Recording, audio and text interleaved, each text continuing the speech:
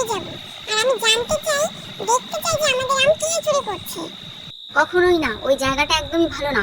সবাই কিন্তু ওই জায়গাটা এড়িয়ে চলে। আর আমি তোমার দরকার নেই, আমবাগানে তোমার বাবা গিয়ে নিয়ে আসবে, ঠিক আছে? না আমার না, আমি তোমার কোনো কথা শুনবো না। আমি তো কালকে সকাল স্কুল থেকে এসে দুপুরবেলা ওই জমিতে যাবই যাব, আমাদের আমবাগানে যাবই যাব। আচ্ছা মিনতি, ছাড়ো না, যেতে দাও। যেতে চাইছে বাচ্চাটা, কোথাও তো এমনিতে যায় না, দিনের বেলায় তো যাবে, কি হবে? কি মজা কি মজা, আমি যাবো। আচ্ছা ঠিক আছে, বাবা চুপ কর একটু। নাচানাচি বন্ধ করে ভাত বাড়ছি, রাত হয়ে গেছে, খেতে এসো।